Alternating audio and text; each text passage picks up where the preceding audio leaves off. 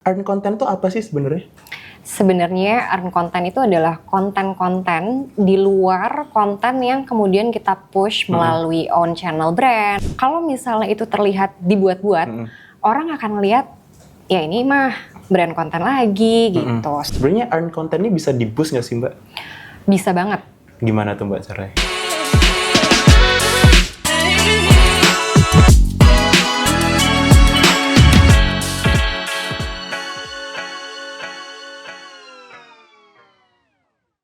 Hai guys, balik lagi sama gue Rizal Valentino di Agency Ways A to Z, sebuah konten yang akan membahas A to Z seputar dunia agensi.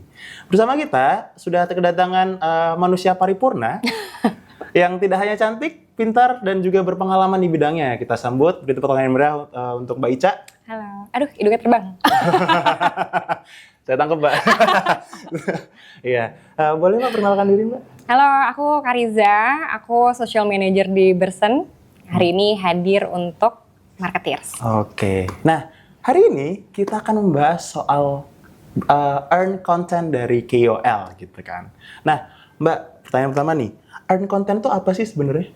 Sebenarnya earn content itu adalah konten-konten di luar konten yang kemudian kita push melalui own channel brand atau konten push yang kita keluarkan di luar paid engagement sama KOL atau bahkan sama media gitu. Jadi itu adalah sesuatu yang kemudian terlihat lebih organik ketimbang sesuatu yang kita push dengan key message tertentu. Gitu. Jadi mungkin bisa disimpulkan earn content adalah konten yang lebih organik dibandingkan paid content seperti itu ya Mbak.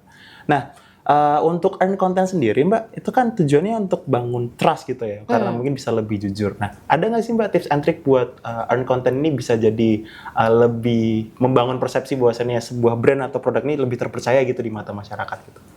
Sebenarnya mungkin kita bisa melihat dulu sebenarnya branded content itu seperti apa sih.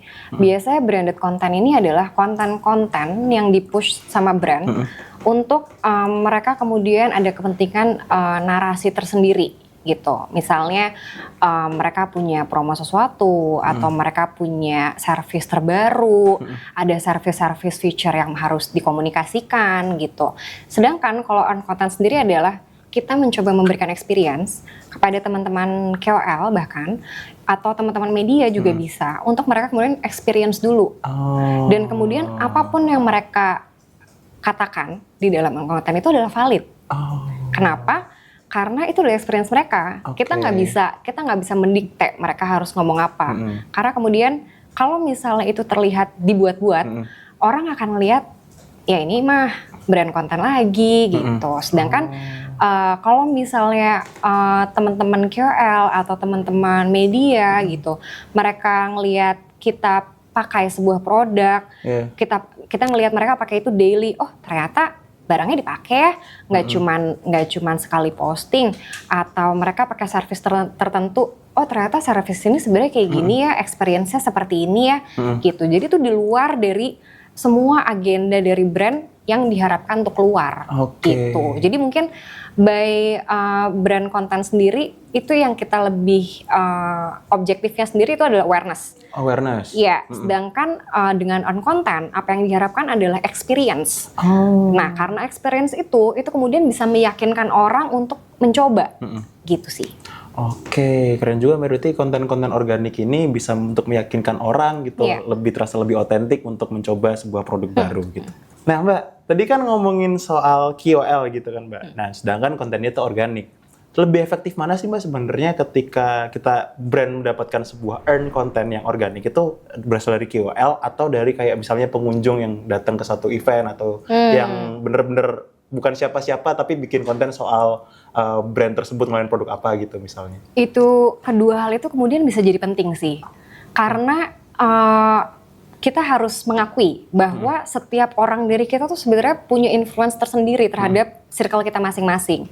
Jadi kalau misalnya kita punya KOL adalah untuk memaparkan awareness tentang produk sendiri, experience dari teman-teman yang mungkin bukan KOL, itu kemudian akan jadi penting buat di circle-nya untuk, oh teman gue udah coba nih, gue cobain juga deh, gitu. Kemarin kata temen gue, ini service oke, coba deh sekarang cobain juga gitu. Jadi sebenarnya every one of us itu adalah KOL.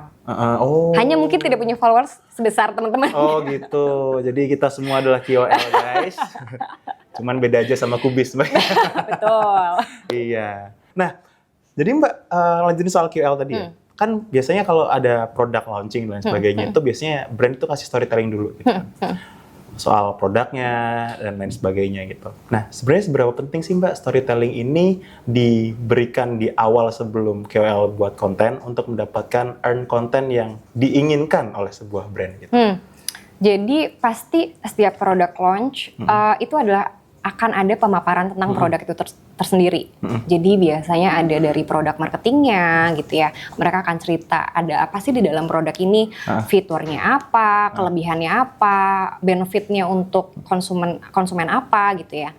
Nah kemudian dari hasil pemaparan itu, KOL ini tuh akan menangkap.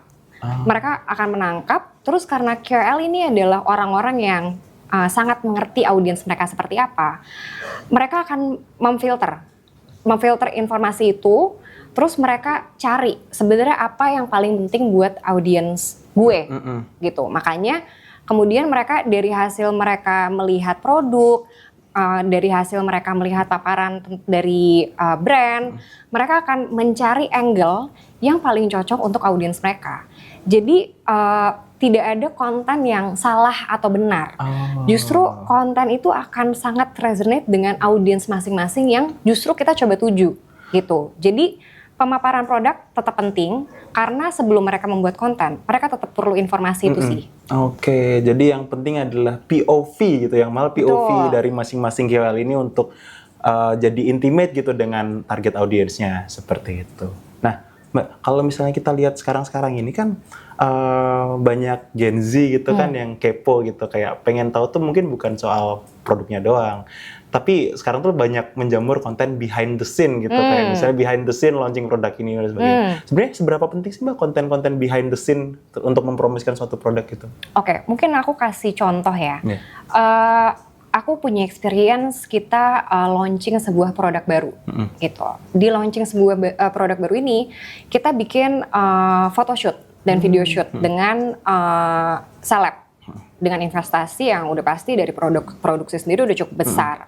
Nah, untuk kemudian kita prepare konten behind the scene itu secara usage nggak cuma buat social media kita, tapi kemudian social media dari behind the scene ini kita bisa share hasil-hasil itu ke seleb atau KOL yang kemudian kita engage. Kenapa? Karena pada akhirnya mereka akan tetap butuh konten. Dan kalau misalnya kita mengambil dengan angle yang menarik, mereka kemudian akan tetap posting. Dan hasil posting itu masuk ke dalam konten kita sih. Gitu. Oke. Nah, kan kalau misalnya konten behind the scene tuh sepemahaman saya Mbak, itu yang paling penting adalah experience dari si KOL-nya itu kan. Nah, itu ada cara nggak sih Mbak supaya kayak biar experience-nya yang dialami sama konten kreatornya ini tersampaikan gitu sama target audiensnya gitu? Aku balik lagi mungkin bahas dari experience aku ya. Kayak misalnya kita punya waktu itu produksi launching sebuah sepatu baru. Gitu. Kita punya storyline atau storyboard yang kita udah run through banyak banget gitu. Sedangkan kalau misalnya KOL kemudian dia udah punya scope untuk posting video itu, video yang kita udah bikin sebagaimana rupa untuk menyesuaikan dengan narasi yang kita mau push. Tapi hal-hal yang konten angle yang kemudian akan di-appreciate oleh teman-teman KOL atau seleb untuk behind the scene adalah gimana sih saat dia lagi bersiap-siap, atau gimana sih outfit dia saat itu, apakah dia beneran suka outfitnya, apakah dia bener-bener suka produknya gitu. Dari situ yang kemudian kita bisa dari teman-teman agency bisa coba ambil konten-konten behind the scene itu sendiri sih. Oke, konten-konten behind the scene sepenting itu ternyata Mbak ya? Cukup penting. Nah, tadi kan kalau misalnya di awal kita bilang bahwasannya earn content adalah sebuah konten yang lebih organik daripada yang paid seperti itu. Nah, sebenarnya earn content ini bisa di-boost nggak sih Mbak? Bisa banget. Gimana tuh Mbak caranya? Misalnya tadi. Supaya nggak kelihatan kayak jadi paid gitu ya Mbak ya? Iya, misalnya gini, tadi kita pakai experience di mana kita punya photoshoot atau video shoot untuk sebuah produk sepatu baru sama seleb gitu ya. Nah, kemudian kita udah lihat nih by kontennya sendiri, dia udah pasti akan naik ke sosial media kita. Tapi kan untuk investment sayang banget ya, kalau itu cuma berhenti di situ. Jadi secara umurnya kita bisa coba panjangin. Kita panjangin dengan apa? Kita coba cari tahu. Dari selebnya sendiri sebenarnya apa sih yang mereka rasakan tentang produknya, atau kayak narasinya dari apa yang kita mau coba bawa dengan kesehariannya dia, apa sih yang kemudian kita bisa jahit. Nah, hasil dari cerita itu sendiri kemudian kita bisa blast atau kita bisa kirimkan ke teman-teman media digital gitu ya, atau bahkan kita bisa bikinin artikel untuk kemudian kita bikinin semacam press release untuk kita kemudian sebar. Mungkin kalau misalnya teman-teman juga udah tahu, selebriti udah pasti punya magnetnya sendiri ya terhadap artikel-artikel gitu. Jadi secara digital itu nggak cuma berhenti di situ, nggak cuma berhenti di oke, ini on channel kita udah ada kontennya, atau kayak dari seleb udah posting kontennya. Tapi kemudian kita bisa push lagi dengan ada extra coverage dari new media, dari artikel gitu. Jadi secara conversation itu tetap akan circular gitu di dalam social media itu sendiri sih. Oke, keren banget ya guys. Jadi itu tadi kalau misalnya earn content pun juga bisa di-push. Nah, semoga nih Mbak ya, apa yang udah kita sampaikan tadi juga bisa membantu audiens buat nggak lagi pusing. Tidak lagi pusing soalnya karena sudah jelas sekali. Jadi kayak terima kasih guys sudah menemani kami dari awal sampai akhir di program Agency Ways A to Z. Sampai jumpa di Agency Ways A to Z berikutnya. Terima kasih Mbak. Terima kasih.